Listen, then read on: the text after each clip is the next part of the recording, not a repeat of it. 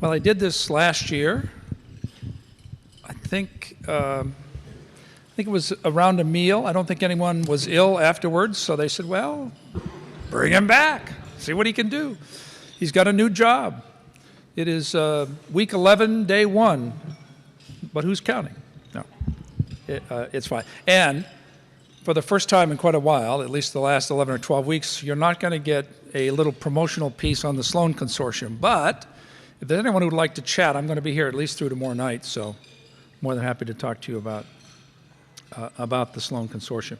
Let me tell you what I want to do, and we're running late on time because sessions start at 1:15, I believe. So 4 items on the after lunch menu, if you will.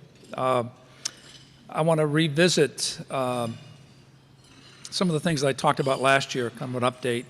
I want to talk about sustaining this national agenda and raising a series of questions for you that I'm not going to answer. You have the answers, but I'll raise some questions. I had an opportunity back in 1st of March to participate in a European Union effort focused on adult learning. And other than the fact it was in Brussels, which is a nice place to be, they really are doing some marvelous things. And so I just want to kind of plant a seed, if you will, for our broader consideration, both Georgia, the South, in fact, the nation. And then 2 quick updates on things that I can't seem to get away from, including state authorization. And I do want to, I'll comment on that. I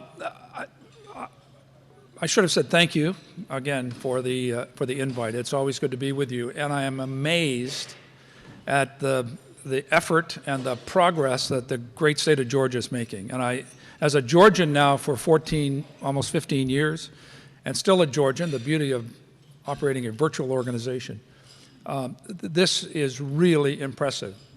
And all you need to do is to look at the program this year versus the program last year. So not only is it about the size of this group, it is about the agenda that you have moved forward. So I want to applaud the leadership of the University System of Georgia and all of the folks at the institutions who have worked hard. I hope it continues to expand. I have enjoyed reading the proposals. They actually do make us work and score things and so forth, but it is really great to see all of these good seeds that have been planted and are taking shape. So I told Marilyn what I'm going to do is I went back to a kind of a set of things that I outlined as policy directions, and I said, okay, let me give you this is the education business. Let me quick report, little scorecard here, little report card. So I took what I suggested last year and said, all right, did anyone listen? Well, there were a few people who listened because, and I'm a tough grader, but there are a lot of A's on this report card, folks. You have moved forward on a statewide initiative, and the beauty of the statewide initiative is you continue to expand the initiative. And I'm looking over at Luke Dowden, and I have a Georgia driver's license. The other state that I would have a driver's license in is the state of Louisiana. I spent a lot of time down there, but they know how to say my name as well, which is always a plus. The X really bothers a lot of people. But one of the challenges that we've had in Louisiana, Luke, is trying to build greater capacity, and Georgia has done that. So there's some lessons learned here. So statewide initiative. You have created and are still creating some new pathways to accelerated learning, so an A there. The developmental coursework. That might be an incomplete, but I think it's on your agenda. I love the connection with workforce, and that becomes more and more important. I'm going to comment on that briefly when I conclude. The reality is we have to incent some institutions to move forward. I think you've done that. I think one of the challenges, I'm going to comment on something now that I'll comment on later, is can we live without the incentives? At what point in time does the incentive as a method of getting you engaged in this, does our set of activities relating to adult learners really kind of take hold, takes a kind of a systematic integration with your institutions? I was looking for hockey pucks and hockey sticks with goal here. This is terrific. So obviously there's been some great promotional strategies going on.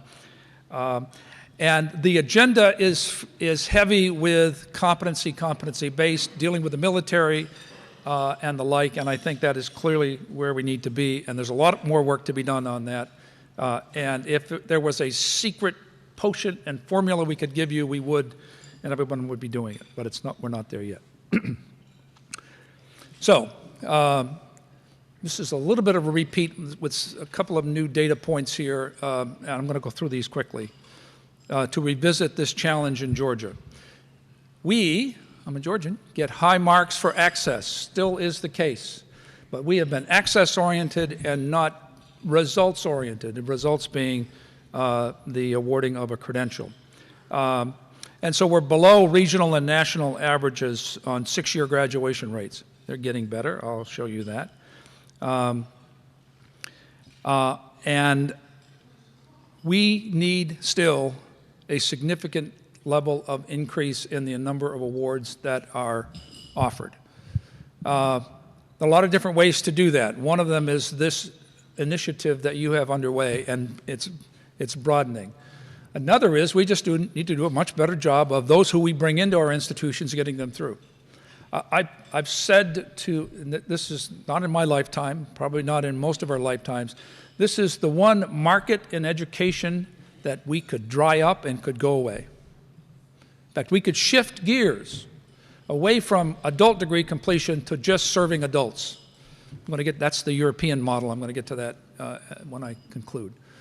If, in fact, we did a better job of taking those students who we bring into our system and getting them through. Huge challenge. It still remains a huge challenge.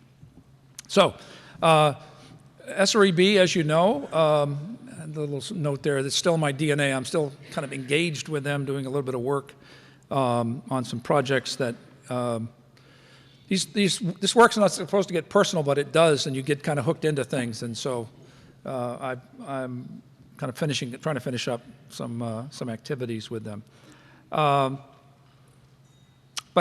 So I think one of the titles was Southeast, so I'm going to give you a little bit of the kind of regional perspective here. The region still trails. And my concern, I'm going to express here in a few minutes, increases because while we're doing better, we're still not where we need to be. You got to like what the West is doing, Patrick, and you have to like what the Northeast is doing. But one thing I can say about the South is we know it's a problem and we're after it. And I think a lot of the really great initiatives that are going on in the country, many of them are rooted here in the South, and clearly your efforts in Georgia, with all due respect to other regions that are doing well. You've seen these numbers before. These are updated. I think I used 2008 numbers last year. These are the 2009 numbers. We're still lagging behind. One of our challenges, quite honestly, is in data reporting. You can see some Georgia numbers here. It's a little bit of progress on 2564 associates. SREB has had a real focus on this 25 to 44 young working adults. And as you get older, that 25 to 44 are really young working adults. And a slight increase there. And then you can see for this entire Georgia population some progress. Now, all kinds of factors start to influence that. And one of the factors is, even with the downturn in the general economic conditions globally in 2008, this was still a good place to come and work. There were jobs at one point in time. They will come back. But there are several southern states, several SREB states that have been magnets for people. And we get people who are degreed and we get some people who are not degreed. Our challenge is not as great in Georgia as it is, for example, in Florida, which has had a huge problem of an influx of undereducated adults. It's a real problem for them. It is, to some extent, a problem for us. So these numbers can fluctuate. What I want to do is to be invited back 5 years from now. Okay? So I'm going to put it on the calendar. And I'll tell you why. Because it will take time for us to be able to collect the data that shows the impact that we're having. The problem we have is those who make policy and those who legislate want to see numbers now. Luke, I look back to you. I remember sitting with the Commissioner of Higher Education, and the number, don't hold me to this, but it's roughly that the degree attainment in Louisiana was like 16.2% of working age adults. It was one of the lowest in the region. And I remember sitting with Joe Savoy, who is the commissioner, now the president of Luke's institution, saying, we're going to get this up. But to raise 1 percentage point, and we actually had the advantage in Louisiana of a population that left after the storms, to raise a percentage point is huge. And so it's going to take time for this work to seed and for us to move forward. And I know we got hundreds of graduates in the Louisiana Call program. Let me just make a couple of other quick points because we are going to run out of time. We are growing in the South, and growth is good, and growth is challenging at the same time. There will, in fact, be more students, traditional age and non-traditional age, if I can use that term, who we will need to serve. And Georgia is, in fact, well into that growth, as you can see.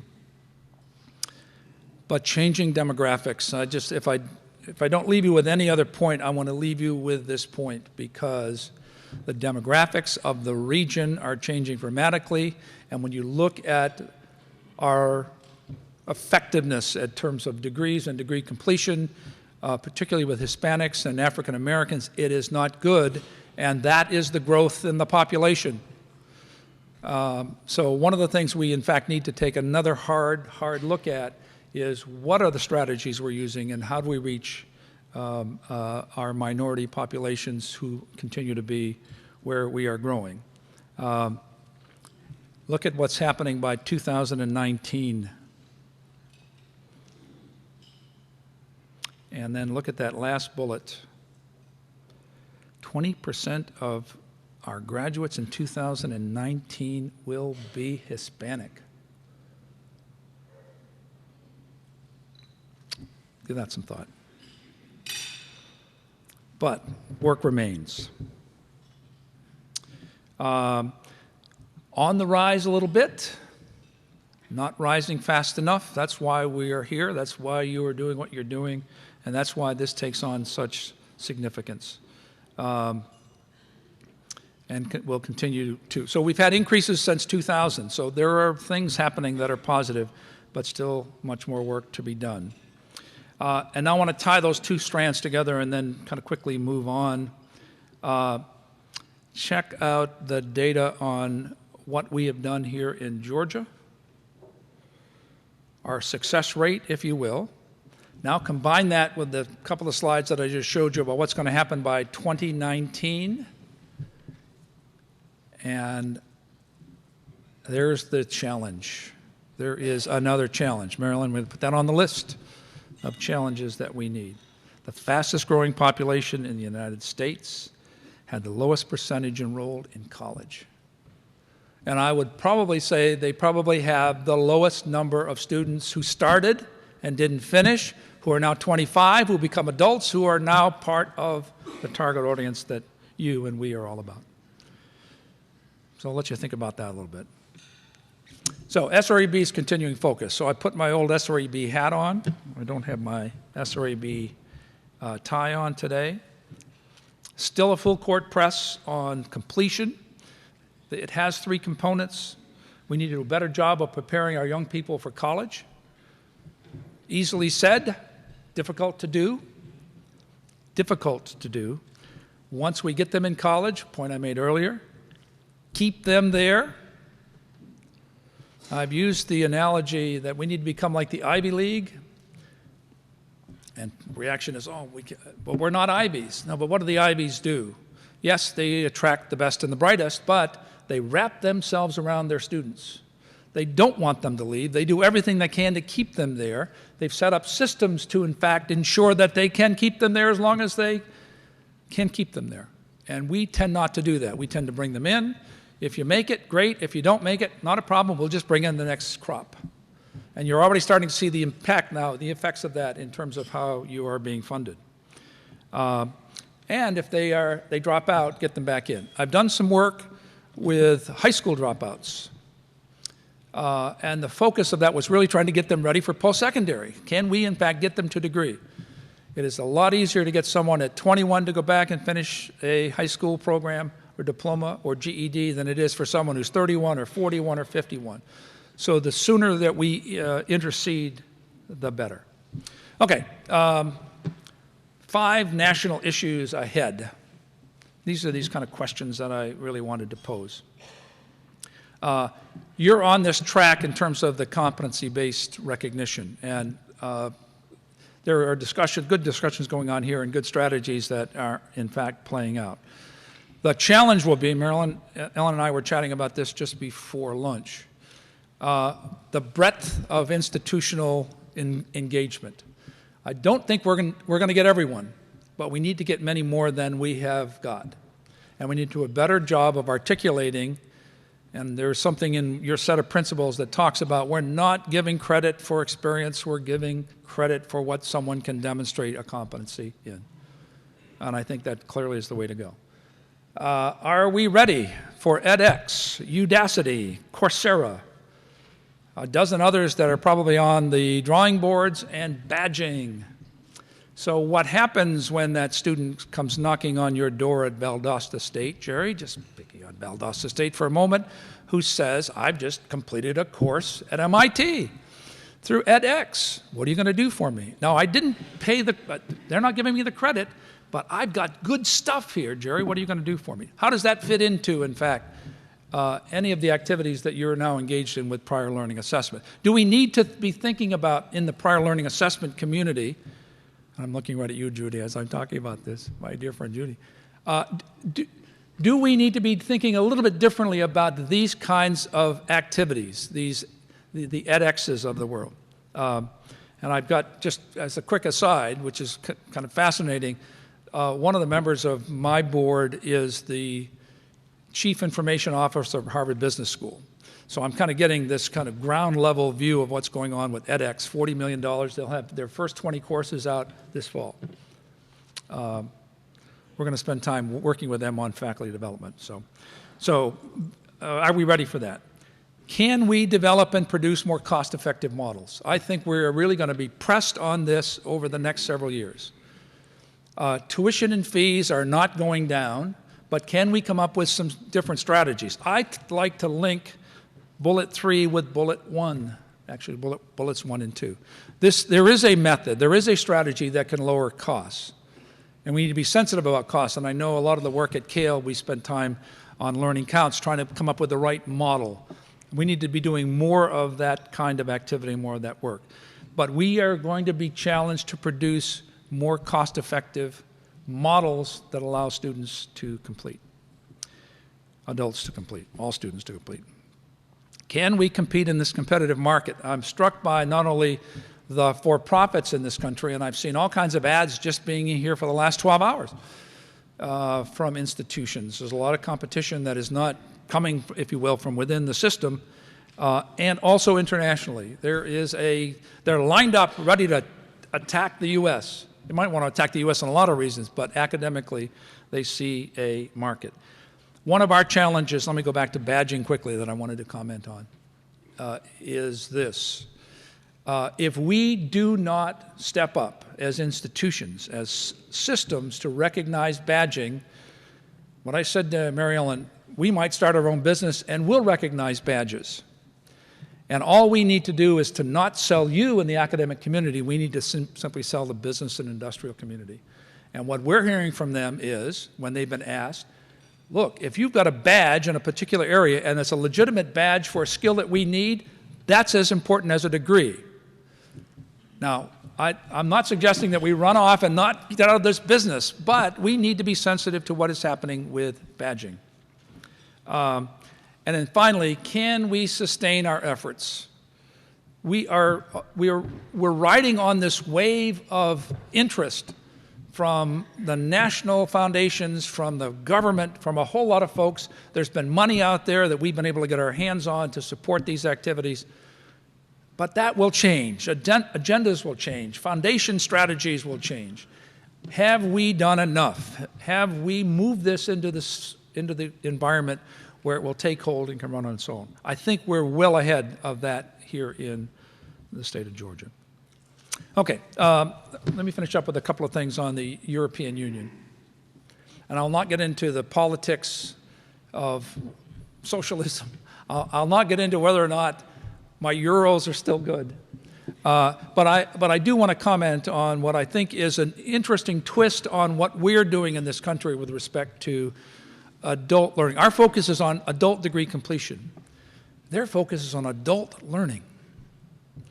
And it does not have to do with degrees. They might deal with degrees, but their focus is on, look at the third bullet, lifelong learning. They have a population that is aging. They have adults who are working longer. Now, that's the strategy, that's the model, if you will, in the European Union. It sure does sound a lot like the US. And so their strategy has been focus on adults and learning and the importance of adults getting into back into the academic setting. And they have launched an entire 2-year campaign. I was over there for their launch of this adult learning campaign. And I'm over there talking about adult degree completion, and they're talking about adult learning, lifelong learning. We've got a graying population. They're important to us. We need to re-engage them. So, and they've got a whole set of documents and materials, and they've a big campaign that they launched on the 1st of March. We do not have a European Commission. We do not have someone who's going to take that stance. But should we be doing that at the state level? Should we be doing that at the regional level? Should we be saying, this adult population is important to us? And it goes beyond just adults getting degrees. It's talking about adults in learning and lifestyle and productivity. So that's my EU plea, if you will. All right, 2 quick updates, and we'll finish up. If there's been one constant in my life over the last year and a half, it has been state authorization. There are 2 national efforts I want to quickly update you on. And so I'm probably slicing my audience a little bit here, but I know I got a couple of folks who are interested in this. And if you're doing anything in your adult degree completion programs that has anything to do with online, this might have some implications for you. There's a group called the President's Forum. They have a grant from the Lumina Foundation for Education. There's a drafting team. I was on the drafting team, and we have developed a document called SREB. Hall & Oates would be proud of that, for those of you Hall & Oates fans, older fans, if you will. State Authorization Reciprocity Agreement. It's called SREB. It came out in late April. It's making the rounds. The drafting team will be back to pick up comments and adjust it. It essentially is designed to do a couple of things. One, to create a national reciprocal model, which would say, if Georgia is part of this reciprocal agreement, and it signs off on its institutions, and you want to deliver programs to Oregon, you can do that, if Oregon is in fact part of that same reciprocal agreement. Sure does sound like stuff we've been working on in the South here for several years. Does it have a chance? Yes. Yes, it does. I'm biased, but it does. You'll hear much more about that. States will have to make decisions. The key to this is, rather than Valdosta State going to Alabama, let me pick on that one again, and having to pass muster against some regulations in Alabama, under this agreement, if both states had it, someone in Georgia would sign off on Valdosta State's programming, and the state of Alabama would say, it's signed off on, it's reciprocal, that's fine. So Alabama State can bring programs in here. Think about your driver's license. Think about your driver's license. When I leave this state and I drive around, I don't have to get someone else's, I don't have to pass a test in Louisiana. Well, I've probably passed too many tests in Louisiana. So that's on the horizon. APLU Commission on the Regulation of Distance Education, that commission met for the first time last week, been talked about for a year. It was kind of the formation meeting. I am a quote-unquote observer. I don't know what that means because I spoke at the thing, so I'm not a silent observer, certainly. Their report and recommendations are due out in February. If I could tell you more about it, I would, but it's still unclear to me. My hope is that they tackle the broader quality assurance questions and not focus just on state authorization, but what about accreditation and what about the federal government? There's a triad, if you will, of the federal government, accrediting associations, and the states. And let's see if we can do something to make sure that we get some qualitative aspects going on. And then finally, on SREB, we've had something that I've dubbed, and then I was told, don't use that term free trade zone anymore. But it was kind of neat. We just called it FTZ, that we have had in operation from the launch of the electronic campus 14 years ago. We're renewing that vow, if you will. I got great news just as we were sitting down today from Mike that the Georgia folks have signed on to this, and that is a huge plus because Georgia was one of one of two states, the other being Florida in the SREB region, that had a SHIO agency or someone who was named the SHIO officer in the state, and a second entity that was outside of that agency that did authorization. And so for all of you saying, what the heck is he talking about? It's important stuff for a bunch of us in the room. So, and then a quick update on the adultlearner.org. Our forlorn, long-lost child, it's still going to happen, Patrick. This is all part of Patrick's broader network and Illumina grant. I'll not go into the horror stories over the last year and a half on contracts, people saying they were going to do things that they didn't do. What I would say is, if you look at that bottom line, this will be hosted by the Sloan Consortium.